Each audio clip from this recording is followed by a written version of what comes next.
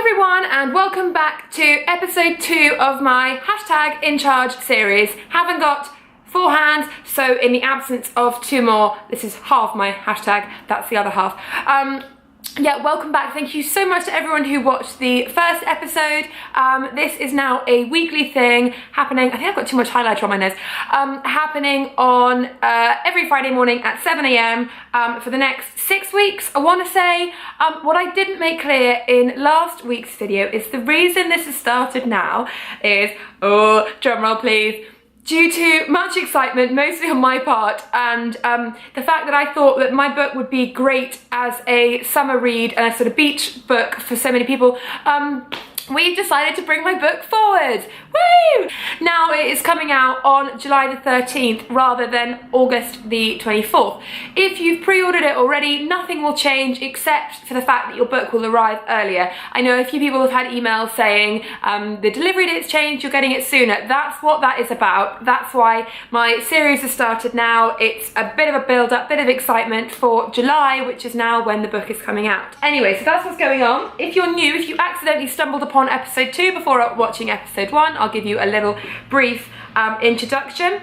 I have written a book, woohoo, that's my face, which is coming out on July the 13th. It's called Can I Speak to Someone in Charge? It's a collection of open letters to various elements of my life, and kind of the life of a lot of people who are kind of growing up being like, say what? Like, why is this so hard? Why is everything so difficult? Why is the world out to get me? Because sometimes it just is. So last week we talked about body hair, my views on body hair, my lack of love for the whole societal pressure to remove it. And this week I thought it would be fun to talk about school. So school is a legal requirement for everyone in the UK, and I have something in I had porridge for breakfast. I have to have my teeth. Got it. That was an oat. A rogue oat. So it's a legal requirement in the UK for people up to the age of 16, and I'm pretty sure in most countries, most Western countries, that is the same. So we all went and we all had fun or not fun. Like, I think it's so interesting talking to people about school, and a big theme in this chapter or this letter within the book is kind of the pressure on you to love school. Like, I just remember being told by so many people when I was at school, oh my god, like older people, they'd go, the school years were the best years of my life. And I remember hearing it going, why? And I thought when I left school, I would look back at school and think, oh my god, school was the best year of my life. But I'm now like 5 years out of school. Yeah, 5 years.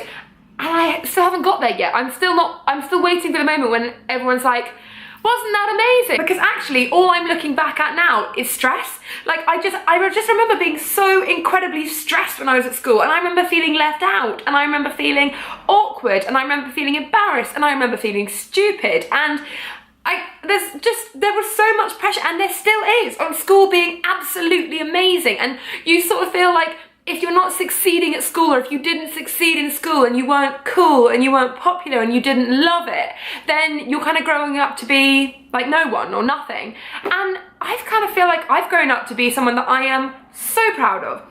And if you asked any of my friends or any of my peers, if you'd have asked anyone at school, like, who's going to go on to start a blog, I think I'd probably, no one would have even thought of me. Like, I don't think people really thought of me at school, and it's so weird now because I'm so happy, and still my memories of school aren't turning into these like nostalgic ramblings. I'm still very much feeling like, okay, so school's a thing that I went to, but I'm still not sure if I love it. So the chapter kind of looks at that, the enormous stress and pressure that is school, and let's not beat around the bush here. There is a stress, and there is competitiveness, and there is huge flipping pressure.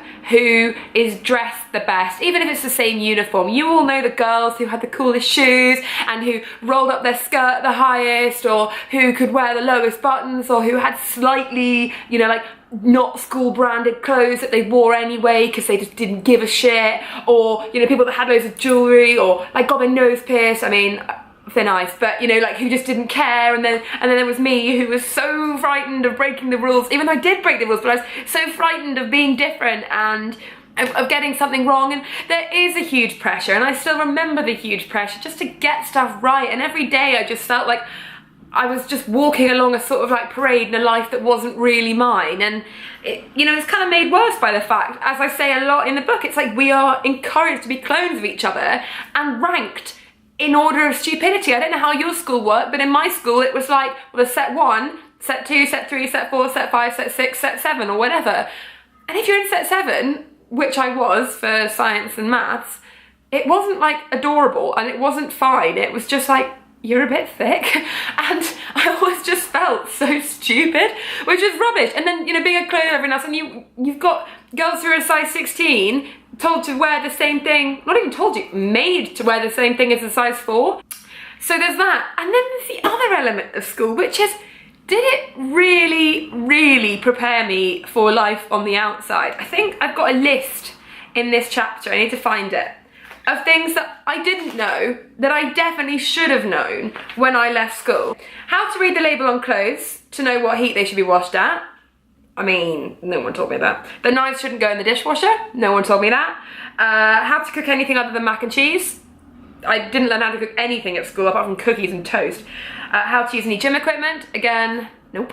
What council tax is. I didn't know you had to pay a council to live in its council. That made no sense to me at all. It still doesn't really make any sense to me. No one explained that to me. How to pay any taxes. I'm self-employed. No one set me up for that. No one told me that when I went out into the big wide world, the government were going to take 20% of everything that I earned. If they had, well, I don't know what I would have done, but I've prepared myself for that. And, you know, now I really, really panic when my taxes are due because no one's told me how to do it.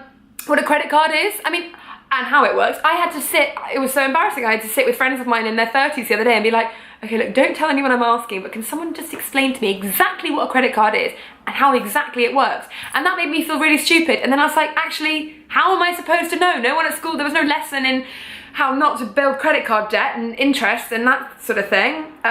There's another type of contraception that wasn't a condom. Guys, we've all been there, the PSHE lessons with the woman who arrived, you know, and she was like 90 years old and she'd been doing these lectures forever, and she described 2 things to you. 1, the moon cup, and 2, was a femidom, and 2, the condom.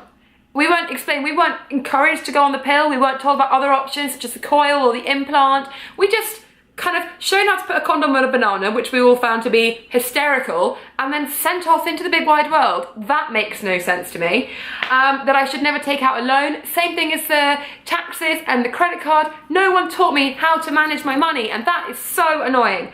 How to sew on a button or how to sew at all. I can't sew at all. No one taught me, and I'm not saying they should just teach the girls, but they should teach boys and girls how to sew, how to wire a plug. I'm sure some ancient physics teacher told me one time, but not in a practical, useful way. I still don't really know when I'm going to need to wire a plug, but I'd like the option of knowing how to do it. How to iron a shirt. I can't even iron my bed sheets. Like, what the fuck? And how to change a tyre. That would actually be an incredibly useful skill for all those times, which has happened to me when I've got a flat tyre in the middle of nowhere and I know no one, and there's nothing I can do because no one's shown me how to change it. And before anyone's thinking it, and everyone's going to be thinking, well, your dad should have taught you. Did your dad teach you? No, this is a responsibility of a school. This is why we go. What did I learn instead? To offer the library is in French. To find pi, to find x. I mean, I know I learned a lot at school and I know that the curriculum is great in lots and lots of ways, but I also know that it's massive, massive gaping holes. So this chapter in the book, this letter, is to school, and it is looking in the first half at the pressure that comes with school, because I know that I will not have been on my own or be on my own with feeling that school is really quite terrifying. The other half of it is all the stuff that school should have taught me that it didn't teach me. And I think the one thing about school is, since we all went, which we all did, it is something that we can all relate to, and I feel like a lot of us don't talk about school when we leave. Like, it sort of doesn't matter because, you know, I don't know where my friends went to school. We don't really talk about our school days, but actually there's quite a lot of stuff that happened. You know, that's the first 18 years of your life or 16 years of your life is spent in education, and the school is, and it's not the fault of schools because they are stretched to breaking point. I do understand that, but school is the birthplace for a lot of issues that women are facing, whether that's mental health problems, that's disordered eating, that's insecurities, that's anxiety, whatever it is. A lot of it is born at school, and we don't talk about it with one another enough. And I actually have felt recently much better when I've heard about other people's school days to know that I wasn't on my own. So that was kind of the point of this chapter, to maybe just share my embarrassment and my frustration and my experiences in the hope that someone's reading that and thinking, oh, thank fuck, it wasn't just me, because we are expected to have loved our school days. And, you know, I'm in my 20s now, and so my parents are in their 50s, which I think is quite a common thing with my friends, but when they were at school, it was very, very, very different. You know, they could get away with murder. They did have a lot of fun. They kind of showed up when they wanted to. You know, my mum in her GCSEs got X's, or O-levels as they were called then. She got X's because she didn't show up. And she managed to convince her mum that that stood for extraordinary.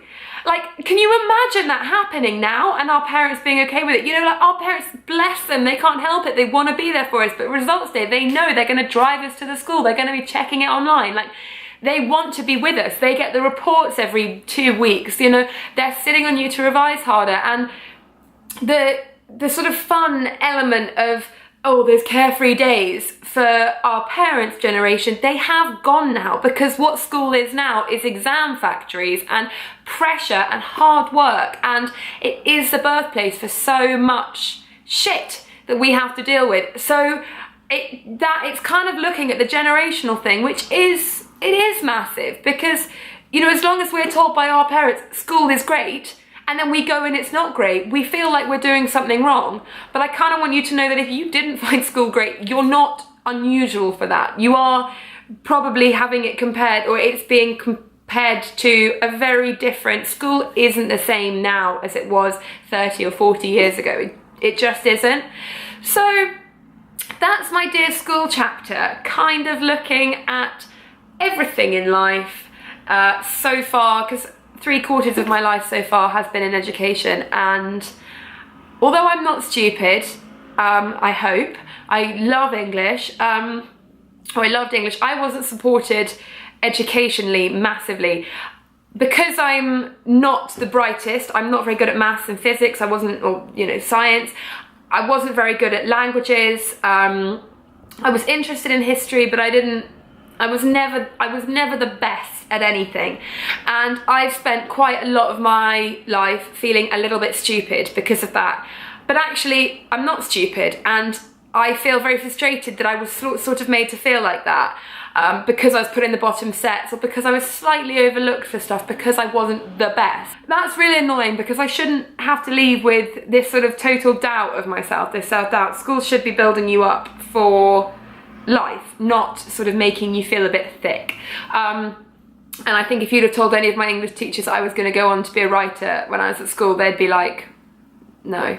I was told I was going to get a D in English GCSE. I actually went and got an A star, but it was the faith that that teacher had in me was so small and so depressing. So I can't remember how I really got onto that, but I am passionate about school. I know a lot of people are doing their A-levels. If you are doing your A-levels, then good fucking luck to you, but please remember, this isn't the end of the world. I didn't do very well in my GCSEs.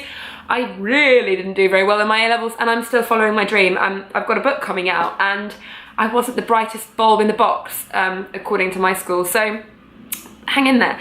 But yeah, that's kind of the Dear School chapter. It is a bit more funny than I've made it sound, because it does laugh a lot at my fuck-ups, of which there were plentiful. So you will have a giggle, and my editor actually said of all the chapters she was reading that just being like, oh my god, that is so relatable. And yeah, I think I I hope I got that bit right anyway.